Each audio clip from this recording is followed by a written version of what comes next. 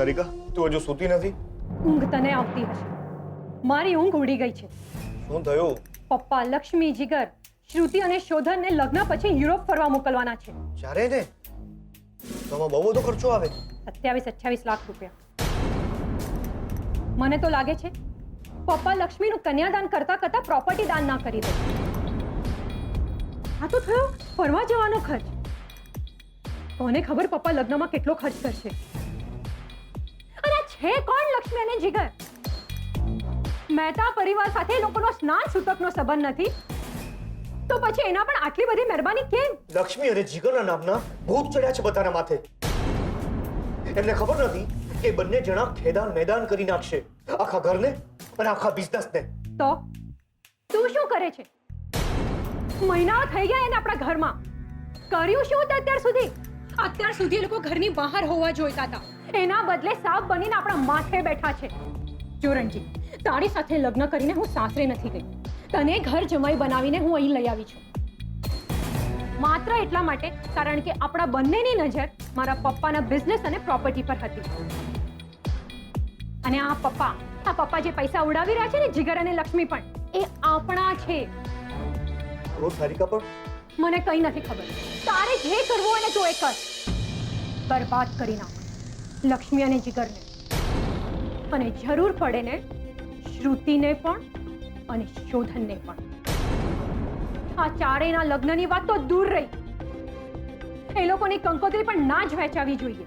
કાલે, આવતીકાલે છેલ્લો ફટકો પડશે શોધનને.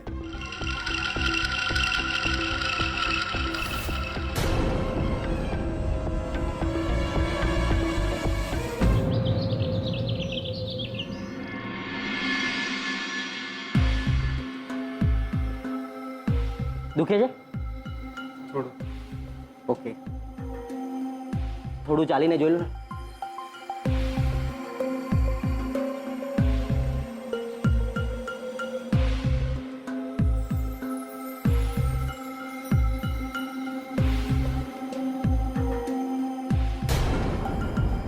સંભાળી.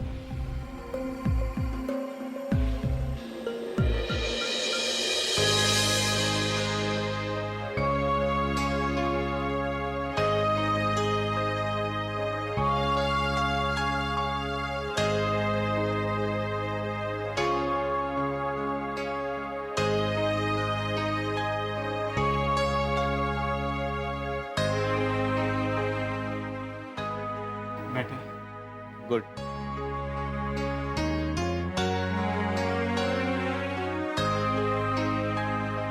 રિકવરી સારી છે, ચિંતાની કોઈ વાત નથી. હા, થોડા દિવસ ધ્યાન રાખવું પડશે. ને હા, આ પગ ઉપર ખાસ વજન ના આવે એનું ધ્યાન રાખજો.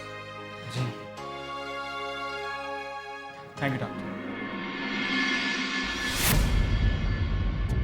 અને સાંભળ દિયોર, પટેલના લગ્નમાં વહુ ના હોય ને તો ચાલે, પણ મોનથાળ ના હોય તો લગ્ન ના થાય. ચોખ્ખા ઘીનો મોનથાળ. બસ કોપરા પાકે લખાઈ જ લેજો. અને સાંભળ પલ્લુ. હા ભઈલું. આપડા પેલા પાટણ વાળા મહારાજ ખરા ને, એમને જ ઓર્ડર આલજો. અને એમને કહેજો, યર આત્મારામ પટેલના બાબાના લગ્ન છે. હા ભઈલું, હા. તમે ક્યારે મેહોણા આવશો? ને મારે શું કરવું છે ત્યાં આવીને? લગ્નની તૈયારીઓ મારે કરવાની હોય કે તમારે? હોશિયારી ના મારો. સાંભળો ને, ભાભી છે ત્યાં?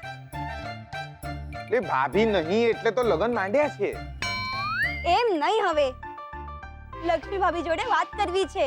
એ બાટલામાં જ આટા મારતા હશે. મળી જ ગયા. કહું છું, સાંભળો છો? મેહોણાથી પલ્લુનો ફોન છે, કે છે ભાભી જોડે વાત કરવી છે.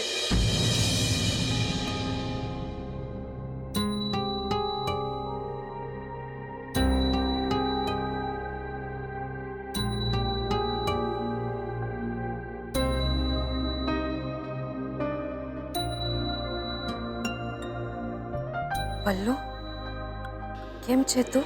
ભાભી, મજામાં. તમે કેમ છો? હું ઠીક છું પલ્લુ. ભાભી, અહીંયા મેહોણામાં અમે તો કૂદાકૂદ કરી રહ્યા છે કે ક્યારે લગ્ન થાય. ને ખબર છે બા તો તમારું નામ લેતા થાકતા નથી. બધાને કહે છે કે અમારા ઘરે સાક્ષાત લક્ષ્મી પધારવાના છે. ને ખબર છે મોટી બેને તો પહેલાથી કહી રાખ્યું છે કે મારા ઘરે દીકરી આવી તો એનું નામ હું લક્ષ્મી જ રાખવાની છું. ને ભાભી, પલ્લુ તું પલ્લુ પલ્લુ હેલો ભાભી.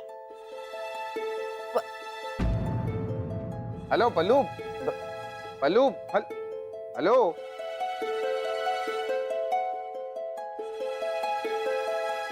ફોન કપાઈ ગયો દિયો. અમારા મેહોણામાં પતંગ કરતા ફોન વધારે કપાઈ જાય. એ બહુ ખોટું કરી રહ્યા છે. આપણને કોઈ હક નથી એમની લાગણીઓ સાથે રમવાનો. બા, મોટી બેન, પલ્લુ એ બધાને તો ખબર જ નથી કે આપણા લગ્ન નથી થવાના.